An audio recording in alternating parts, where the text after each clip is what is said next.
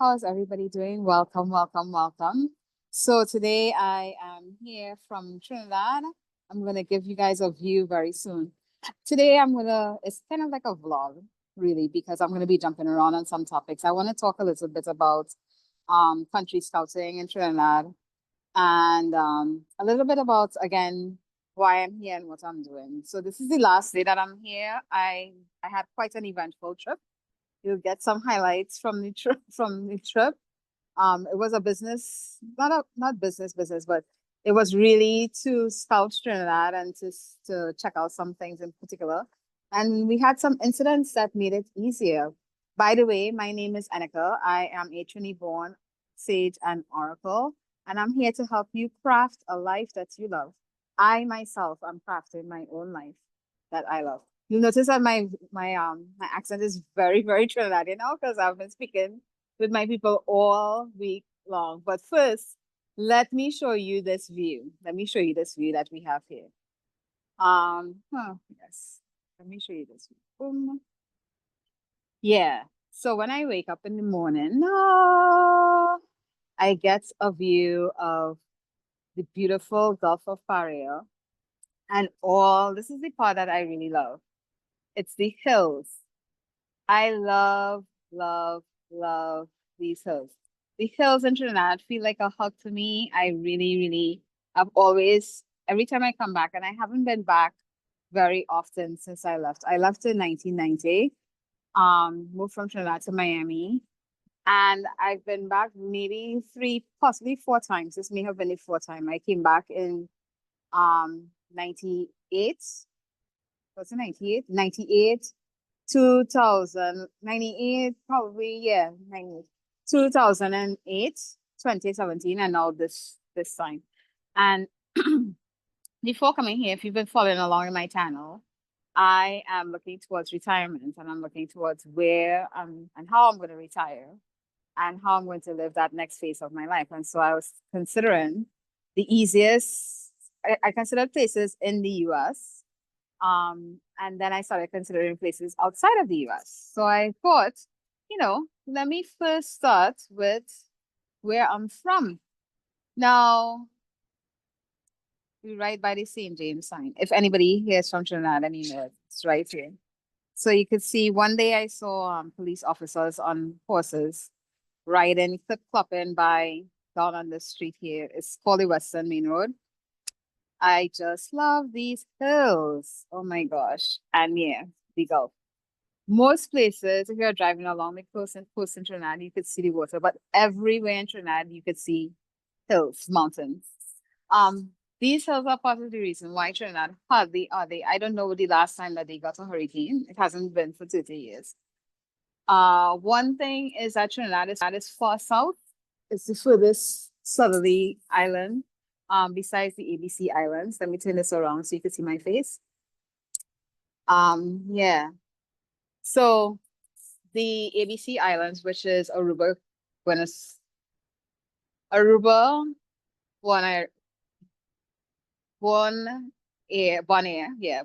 and Curacao.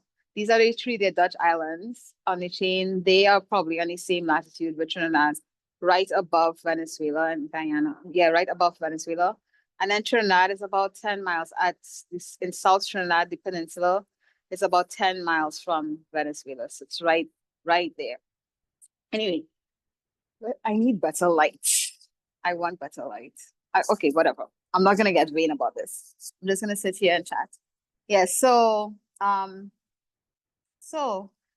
was thinking about I'm thinking about how I want to retire and where I want to retire. Now, we already surmised, if you go back and look at one of my videos, I talk about how much I need to retire. And I said, if I'm in the US, I will need, that $5 million number that everybody talks about having to retire in the next 20 years. Plus, it's going to take 20 years.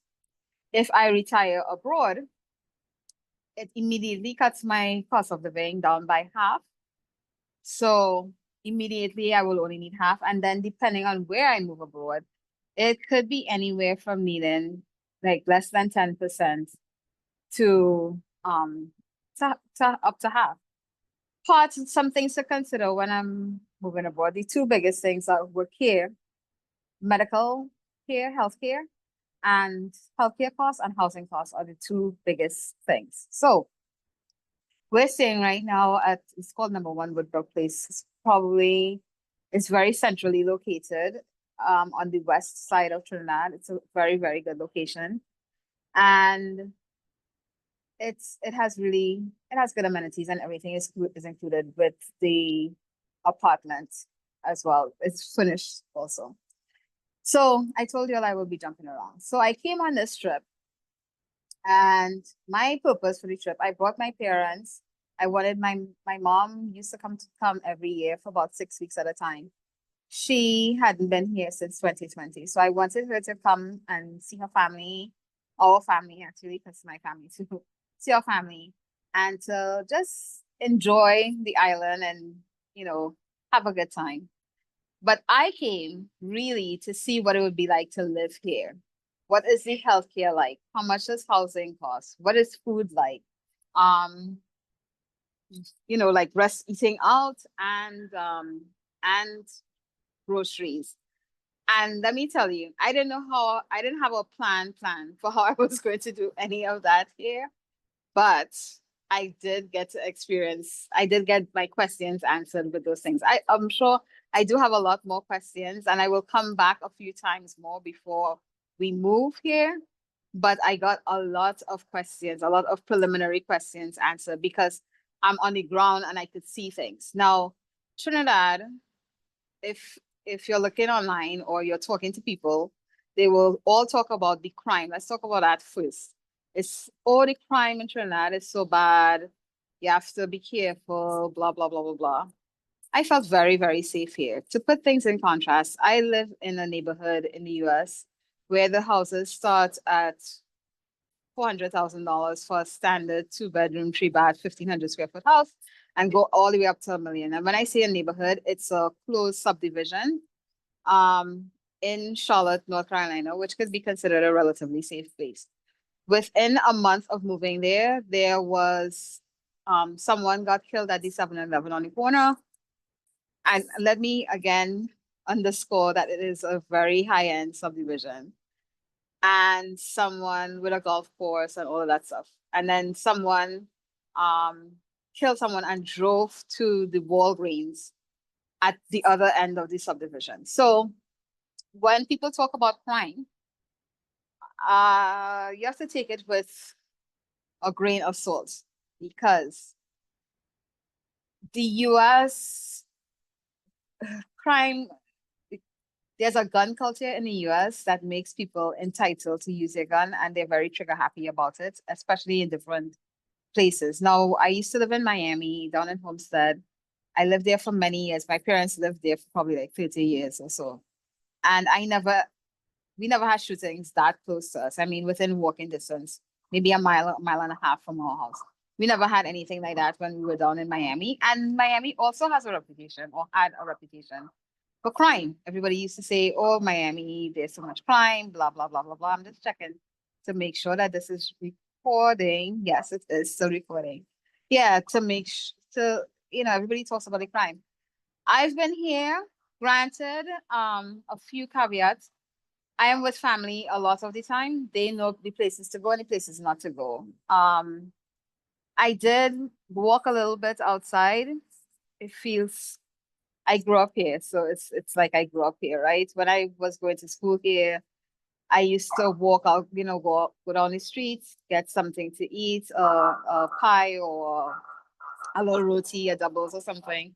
I can still do that safely. I don't feel any way about that. So we could just take that off of the table. So that was one of the biggest concerns because what you hear, what it sounds like, you would swear that, is the mafia running Trinidad and you have to watch yourself all the time. But it is not like that at all. You just, like everywhere, you need to know where to go and where not to go. And for the most part, it's very, very, very safe. I'll show you a little something else let me turn it around again. I'll just give you a little segue here as to something else to see. So, oops. So if you're looking out here, I want to show you my grandparents' neighborhood where they were from here. If you look down here, you should see a blue house. Right. That blue house, this house right here. Actually, this one right here, right there. So my uncle lives behind those trees, right? Those trees right there, right behind those trees. Trinidad is everything is very, very close. When I say I like things to be close, this is what I mean. I can walk from here to his house, and it's not a long walk at all. It's right there. It's maybe a mile away, maybe. To eat anything that's to get anything to eat, I could walk outside, either downstairs in this building or along this corridor here. There are a lot of shops, a lot of eateries. I could eat there. I could go in the other direction, and it's called the Avenue. There's a lot of it's Arapita Avenue. There's a lot of restaurants. So we know we're talking about food, right? There's a lot of restaurants there also, and also Trinidad has a good, to put it in US terms, a good food truck culture. We always had a good food truck culture. That's what I grew up on. And the food truck stuff is anywhere between say 10 TT dollars and maybe 20 TT dollars. Not a lot.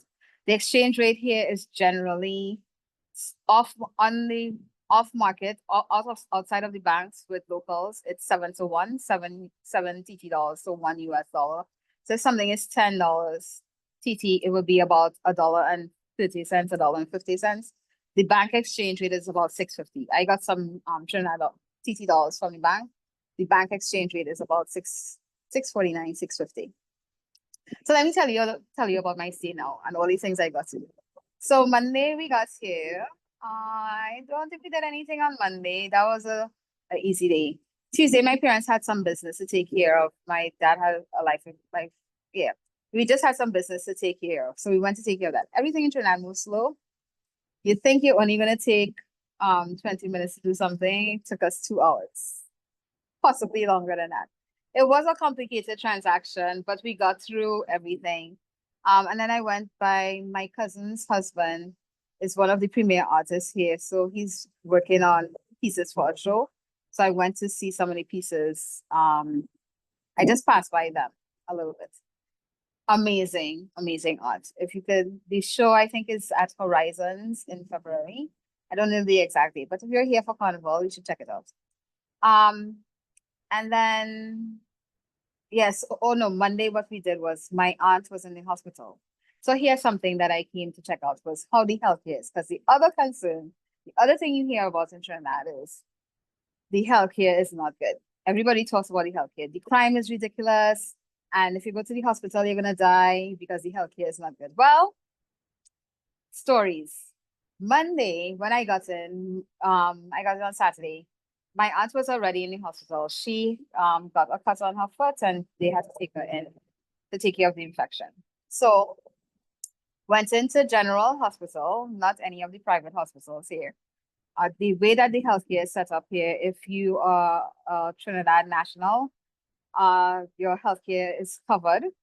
And so, but what they did was they took her to a private doctor first to get the orders to send her to the hospital.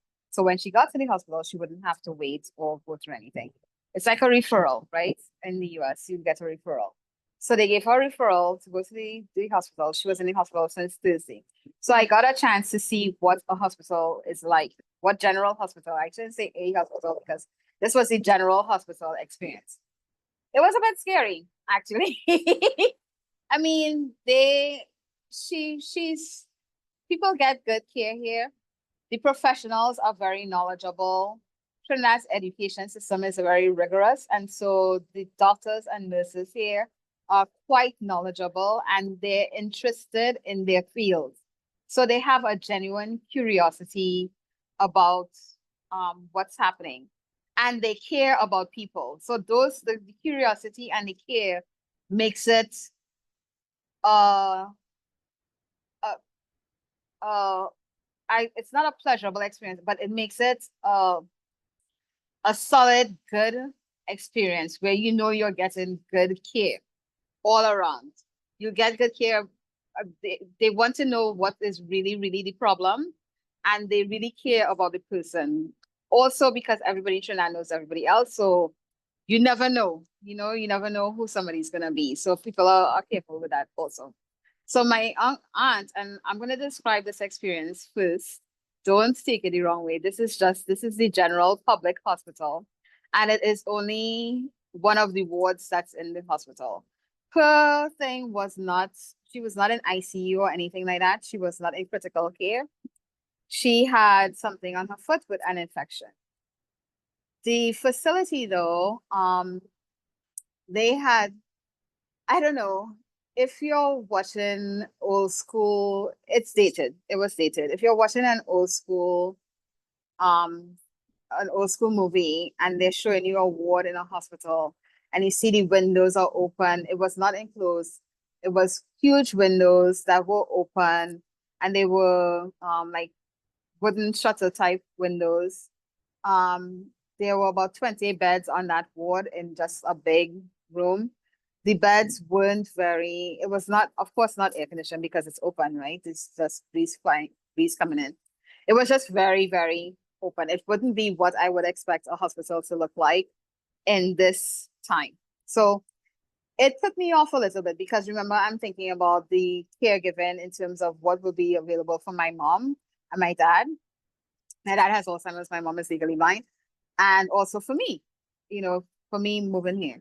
So that was a little bit scary. So then Tuesday we did the business. My mom got really, really sick Tuesday night. We did not take her to the doctor or to the hospital. We just kind of wanted to see how it went. Wednesday, I went to open a bank account because of the business that we did on Tuesday. So I went to open a bank account, which I will need in the future anyway. So I did that. We were supposed to open a joint account with my mom, but she was feeling so sick she could not go. I found, oh, this is what I did on Monday also. You see, you're getting things out of order. Monday, what I did also was I interviewed one of the agencies here, one of the care agencies here. This lady is also a medical concierge. I'm gonna bring her on for an interview.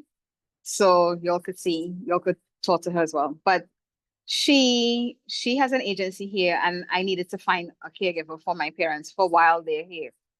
And also to kind of see again, to check out how the care is. Now in the US, we have an aide, I call her the granny nanny. That's what I was looking for down here also, a granny nanny to assist with my parents. And so that's what I did on Monday was I interviewed that person. I got her to talk about her agency. And then Wednesday, that person got started. So the day that she started, my mom was still sick from overnight. I had to go to the bank. Things here, again, I will say, I got to the bank, I had an 11 o'clock appointment. I finished opening the account around 12:30, probably 12:45. No. I finished opening the account about 12 o'clock. Because when we went upstairs, we found out the person who was responsible for doing debit cards was not available. They had gone on lunch. And so then I went and got some coffee or whatever. I did groceries, so I got to go to the grocery store and see that. I got to see the prices. The other thing people complain about is, oh my God, it's so expensive. Groceries are so expensive. They aren't. Groceries comparably, I would say are less expensive here, probably 75% at 75% than the US. Now, if you're buying US products or consumer packaged goods, like I bought some detergent because we had to clean up from my mom. That costs probably maybe like 1.1, 1.25 the US amount, but it's still not, it's not 2 times or 1.5 times or anything. It's exorbitant. So I got a chance. I did some banking. I got a chance to go to the grocery that day. On the way back up from there, we passed and picked up coconut water by a truck in St. James where I just showed you, probably walking distance from here, and we came back home. When we came back home, my mom was okay. She was resting. The caregiver did an excellent job because she was just outside here on the veranda, relaxing with my dad. He was good with her. They were chatting. My dad doesn't talk. He doesn't really talk to me. It's difficult to hold a conversation. But they were chatting it up out here. I was very pleased with the care that he was getting. And then and the caregiver, we had I think some family members came over briefly. My mom was okay. Yeah, my cousin came over um that day and we hung out for a long time. But my mom was still sleeping and I wanted her to rest. So she just rested. And then we went to bed that night, but my mom woke up in the middle of the night and she started vomiting again. So then she called my cousin. My cousin came and picked her up and took her to it would be akin to an urgent care, 24/7 medical facility, but not an emergency room. Probably it would be more akin to urgent care in the US. So she took her. I didn't even know, but my family lives very close. I don't think it even took her 15 minutes to get here, maybe like 5-10 minutes to get here. Everything is close. So she came, she took her to the doctor. The doctor gave her something for the nausea. She was good all night. The doctor said if she starts with the nausea again, take her to the hospital. So now I'm thinking, I've been to the hospital. I don't really think I want to go to that hospital. So what, I hope Bobby gets better. I don't know what we're gonna do. But okay, so now this must have been on Thursday. Yeah. So Thursday now, mommy woke up, she seemed fine, but then as soon as she ate something, she started throwing up again. I told the caregiver was here, the aide was here again. I said, if she throws up within the hour, we are absolutely going to the hospital. The hospital is across the street, St. Clair Hospital. We did not go to the public hospital again because I was like, oh, I heard stories. My aunt was, even though she had the note from the doctor, which is what we did the night before, even though she had the note from the doctor, she still waited about she waited over 24 hours to get on a bed. And because they have a shortage of beds and nurses, they have a shortage of nurses at the general hospital. I didn't want that to happen. It's like, where else can we go? We went to the private hospital across the street. This was a completely different experience. My mom was checked in within probably 10 minutes. She was not admitted, but she got into a bed. She saw the doctor immediately. She put her on anti-nausea medication immediately. She got a drip in for her and she pumped the anti-nausea medication in intravenously immediately. At probably like 15 minutes between the time that I don't want to lie, maybe 25 on the outside, but it was not longer than a half an hour that from the time we stepped into the hospital to the time she was getting that intravenously. Not long at all. I really do believe it was 15-20 minutes. That's what it seemed like. Right. So she got in, the doctor said, let's stop the nausea immediately because we don't want you to, if you're just vomiting up, by then it was just clear liquid. It's acid and it's gonna be messing with your throat. There's gonna be other things that happen because of that. So they did that, her nausea stopped, she started resting, and then the doctor said, okay, so she told me the test that she wanted to run. She got a CT, abdominal, heart, chest x-ray because she saw some labs, blood work. They did, a full workup. They didn't, in the US, I think what happens with healthcare, had we gone to the emergency room first, because my mom did not have chest pains, it would have taken longer than 30 minutes to get a bed and definitely no drugs. I mean, it would have taken a lot longer to get in, even, much less get medicated immediately. So I think they got to it very fast. And the other thing was they didn't leave in the US. What they would have done was they would have gotten her in, taken her vitals, all of that would take time. Said, okay, you're throwing up. They would then order the meds to stop the thing, ordered her labs, come back with her labs, and then said, okay, let's do an abdominal CT. Okay, we don't see anything there. Let me do the chest CT. We don't see anything there. Now let me do this. So they would have gone through one at a time to rule things out. They did not do that here. They got the labs, the abdominal CT immediately because, you don't know it's an elderly person. They're not from here. They just travel. The labs, they were checking to make sure that she didn't have any clots because we also said that she hadn't gone to the bathroom. So they wanted to make sure that there were no blockages. Um, they were just very, very thorough, very, very thorough. But also I got a chance to see how the private hospitals work, how much they cost and everything. I would say all of that came up to 11,800. Don't gasp. TT dollars, not US dollars. In America, in the US, that would have been 11,800 US dollars with insurance, right? Um, so it was 11,000 TT, no insurance. And with the 7-to-1 conversion rate, that's probably close to about $1,400 ish, 1350, something like that. So that was that experience. They got her prescriptions, they sent her home, and she's been fine since then. So that's what I did on Thursday, was in there with my mom. Yesterday, Friday, I went with my uncle because I wanted to see kind of what the housing. That was my other concern, right? Is housing. So for me, location is very important. Comfort is very important. Security is very important with my dad. I don't really want them in a house because I don't want them to be able to walk out in the streets in a house. I really like the apartment type thing because by the time he gets to even the elevator here, somebody would know something. If he manages to get in the elevator and downstairs, he will be in a lobby where there will be people there that would know him and say, "Hey, Mr. Jackman, what are you doing down here?" and bring him back up, right? So I was looking at housing for them. That would be the option. For myself, I was looking at some properties that my uncle has to see, like how that would work out.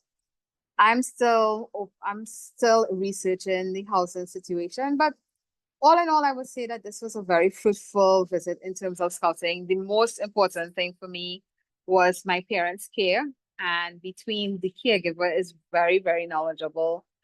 She takes workshops on Alzheimer's, so she really got my dad, and she understands how my mom is too, and all of that stuff. So the care was amazing. The emergency experience was amazing. The doctor's experience, I wasn't there for that, but I think doctor's experience was good.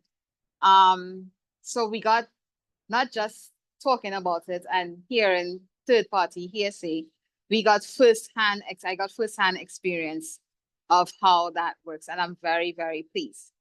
So all that to say that my trip was very, very good, very helpful, um, very, very fruitful for me. I don't know when I'm coming again. I think maybe I was going to go to Barbados this year to check out Barbados and see what that's like. I'm not sure that I would do that again. I may come here again. But my Barbados trip was also going to be a relaxing trip for me personally. It was going to be a rejuvenating trip for me. I think my mom is going to like to come back. When we come back, we'll see how it goes, how that stay would go. Yeah, so that's what I have for today. This was Scouting Trinidad from #1 Woodbrook Place. I will end with the view. My name again is Nneka Kelly. I am your Trini-born sage and oracle, and I am here to help you craft a life you love while I'm crafting my own. All right, then I will talk to you all later. Let me just leave you with the view here. Take that in one more time. I wonder if I could zoom. Can I zoom? Oh yeah, there you go. Take that in one more time. That is the Gulf of Paria. And this is the Northern Range in Trinidad. I can't give you the whole thing, but these are the hills. I love these hills. They always feel like a warm hug to me, and it goes straight across. It's amazing. It feels great. Yeah. And it's a nice breeze out here. So that's what I have for today. Love you.